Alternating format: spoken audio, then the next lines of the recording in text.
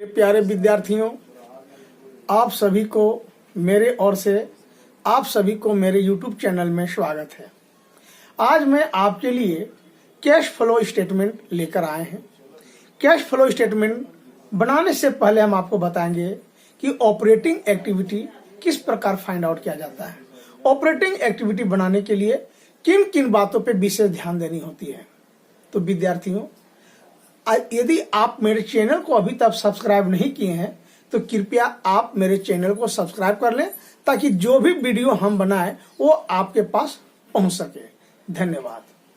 हमने आपको बताया कि cash flow from operating activities find out करने के लिए सबसे पहले हमें नॉन कैश एक्सपेंसेस और नॉन कैश इनकम की जानकारी जरूरी है।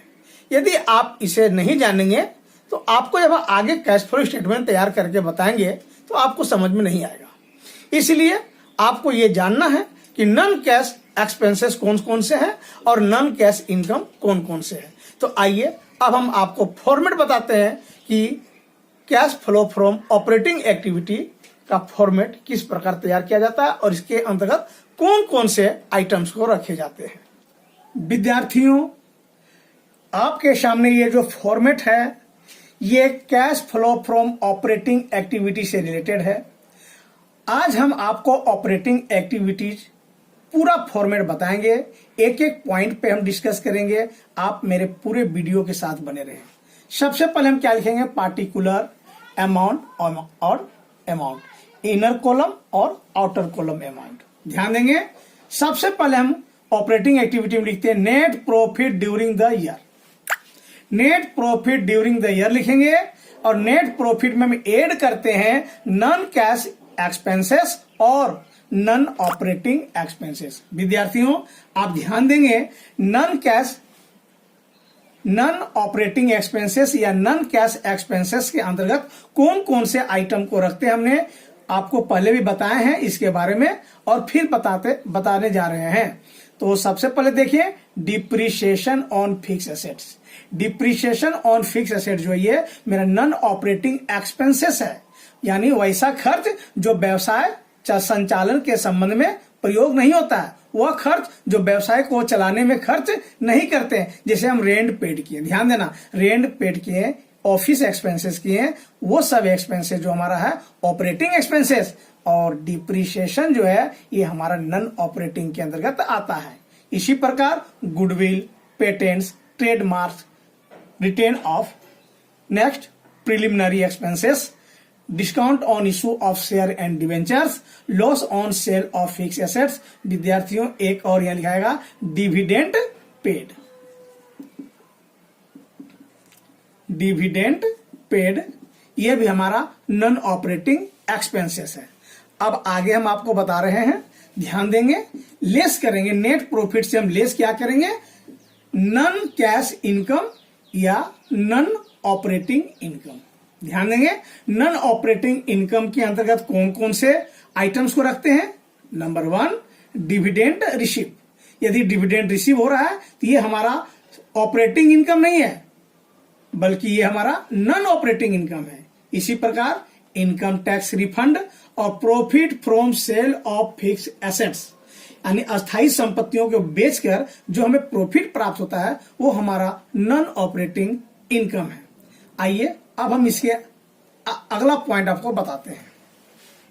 ध्यान देंगे, अब नॉन ऑपरेटिंग एक्सपेंसेस और नॉन ऑपरेटिंग इनकम के बाद हम क्या करेंगे? नेट प्रॉफिट के साथ ऐड करेंगे इंक्रीज इन करेंट लायबिलिटीज। ध्यान देंगे, increase in current liabilities. Current liabilities यदि बढ़ रहा हो, इंक्रीज कर रहा हो तो हम कहा लिखेंगे? ऐड में लिखेंगे। और डिक्रीज इन करेंट एसेट्स, यदि करेंट एसेट्स हमारा घट रहा हो तो भी ऐड में ही लिखेंगे, यानी नेट प्रॉफिट से ऐड करते हैं। और लेस में लिखेंगे, यानी नेट प्रॉफिट से हम लेस करेंगे increase in current assets. Current assets increase हो रहा है, बढ़ रहा है, उसका मूल्य बढ़ रहा है तो हम लेस में लिखेंगे। और डिक्रीज इन करेंट लायबिलिटीज, यदि करेंट लायबिलिटीज हमारा कम हो रहा हो, उसका मूल्य में कमी हो रहा हो तो हम क्या करेंगे? लेस में लिखेंगे। इसके बाद हम क्या करेंगे? टोटल अमाउंट को ऐड और लेस करने के बाद आउटर कॉलम में लिखेंगे और प्रॉफिट के साथ जोड़ने के बाद यदि प्लस अमाउंट आता हो तो हम लिखेंगे net cash flow from operating activities. यदि माइनस में अमाउंट आता है, ध्यान देंगे माइनस में अमाउंट आता है तो लिखेंगे नेट कैश, जहां पर फ्लो लिखते हैं हम वहां यूज लिखेंगे, यूज्ड, माइनस होने पर यूज, यानी cash, net cash used from operating activities. तो विद्यार्थियों ये हमने आपको बताया cash flow from operating activity से रिलेटेड ये फॉर्मेट है। कैश फ्लो ऑपरेटिंग एक्टिविटी के बाद हम पढ़ेंगे cash flow from investing activities. तो आपको बताएंगे कि इन्वेस्टिंग एक्टिविटीज के अंतर्गत कौन कौन से आइटम को हम रखते हैं। इन्वेस्टिंग एक्टिविटीज को हम कर सकते हैं फिक्स एसेट्स एक्टिविटीज, यानी इन्वेस्टिंग एक्टिविटीज में हम fix assets, building, machine, furniture, long term investment, इन आइटम्स को हम रखते हैं। यदि फिक्स एसेट्स के लेन देन में यदि कैश हमारे पास आ रहा है तो ऐड करेंगे, और हमारे पास से अगर कैश जा रहा है यानी फिक्स एसेट्स के लेन देन में कैश जा रहा है तो हम क्या करेंगे, उसको लेस में लिखेंगे। तो आइए अब आपको बताते हैं इन्वेस्टिंग एक्टिविटीज। विद्यार्थियों आपके सामने ये फॉर्मेट है cash flow from investing activities. ध्यान देंगे इन्वेस्टिंग एक्टिविटीज इनडायरेक्ट मेथड के अंतर्गत हम आपको बता रहे हैं। इन्वेस्टिंग एक्टिविटीज को हम आपको समझाने के लिए इसे लिख सकते हैं fix assets. Fix assets activities भी हम इसे कहते हैं। इन्वेस्टिंग एक्टिविटी जब हम बनाएंगे तो इसमें किसी भी तरह का एक्सपेंडिचर का लेखा नहीं करेंगे, जैसे नन कैश एक्सपेंडिचर या नन ऑपरेटिंग एक्सपेंडिचर और इनकम का लेखा इसमें नहीं करेंगे। इसमें हम सिर्फ लेखा करते हैं यदि संपत्ति को बेचने से पैसा आता है तो एड में डालिए, और फिक्स एसेट्स को खरीदने से अगर पैसा जा रहा है तो उसको लेस में डाल दीजिए। आइए देखिए, सबसे पहले लिखेंगे नेट कैश फ्लो और यूज फ्रॉम ऑपरेटिंग एक्टिविटीज। इसके पहले हमने ऑपरेटिंग एक्टिविटी बनाया था, तो ऑपरेटिंग एक्टिविटी का जो रिजल्ट आया उसको सबसे पहले हम दिखाएंगे अमाउंट कॉलम में, और फिर हम इसमें ऐड करते हैं proceeds from sale of tangible assets. वैसे संपत्ति जिसको हम देख सकते हैं, वो अस्थायी संपत्ति फिक्स एसेट्स जिसको हम देख सकते हैं, छू सकते हैं, उन संपत्तियों को बेचने से अगर कैश मेरे पास आ रहा है तो हम एड में लिखेंगे। हम ऐसे भी लिख सकते हैं यहां पर cash cell from fix assets, यानी कैश आ रहा है, और लेस में दिखाएंगे परचेज ऑफ टेंजिबल एसेट्स। यदि संपत्ति को फिक्स एसेट्स को खरीदने से यदि हमारे पास से कैश आउट होता है, कैश जा रहा है, तो लेस में लिखेंगे। तो ध्यान दीजिएगा, 100 बात की एक बात यह है कि इन्वेस्टिंग एक्टिविटी में अस्थायी संपत्ति को बेचने से यदि पैसा आ रहा है तो एड में लिखेंगे, यदि पैसा जा रहा है तो लेस में लिखेंगे। यानी proceeds from sale of tangible assets, proceeds from sale of intangible assets. Less में लिखेंगे purchase of tangible assets, less में दिखाएंगे परचेज ऑफ इनटेंजिबल एसेट्स। इसके बाद हम अमाउंट को एड और लेस करने के बाद यदि प्लस में अमाउंट आता है तो हम लिखेंगे net cash flow from operating activities. यदि माइनस में यदि अमाउंट आएगा तो हम लिखेंगे net cash used from investing activity लिखेंगे, ऑपरेटिंग नहीं, इन्वेस्टिंग एक्टिविटी लिखेंगे। विद्यार्थियों अब हम आपको बताने जा रहे हैं फिनांसिंग एक्टिविटीज, यानी इनडायरेक्ट मेथड के अंतर्गत फिनांसिंग एक्टिविटीज के अंतर्गत किस किस आइटम्स को हम कहां पर लिखेंगे ये बताने जा रहे हैं। ध्यान देंगे, फिनांसिंग एक्टिविटीज को आप फिक्स लायबिलिटीज अकाउंट भी मान ले। फिक्स लायबिलिटीज के अंतर्गत हम क्या करेंगे, आपको सबसे पहले यह जानना होगा कि फिक्स लायबिलिटीज के अंतर्गत हम किसको रखते हैं, किस किस लायबिलिटीज को हम फिक्स लायबिलिटीज मानते हैं। तो ध्यान देंगे, तो फिनांसिंग एक्टिविटी सबसे पहले हम लिखेंगे नेट कैश फ्लो और यूज्ड फ्रॉम इन्वेस्टिंग एक्टिविटीज। इसके पहले मैंने आपको इन्वेस्टिंग एक्टिविटी बताया था ना, तो उस एक्टिविटीज का रिजल्ट को हम यहां पर लिखेंगे अमाउंट कॉलम में। उसके बाद फिनांसिंग एक्टिविटी से रिलेटेड आइटम्स को लिखेंगे। तो हम क्या करेंगे, ऐड करेंगे किसे ऐड करेंगे? ध्यान दीजिए, 100 बात की एक बात ध्यान दें।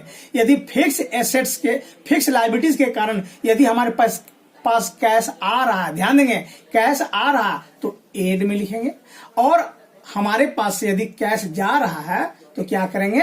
लेस में लिखेंगे। तो देखिए कैश कैसे आ रहा है, proceeds from issue of share और डिवेंचर। यदि हम शेयर इशू किए हैं या डिवेंचर इशू किए हैं, उससे हमें कैश प्राप्त हुआ है, तो आप ऐड में लिखिएगा।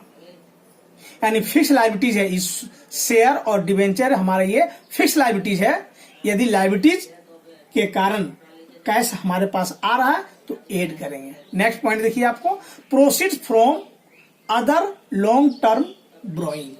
यदि कोई लॉन्ग टर्म ब्रोइंग हो, उससे यदि आपको कैश प्राप्त हो रहा हो तो हम ऐड में लिखेंगे।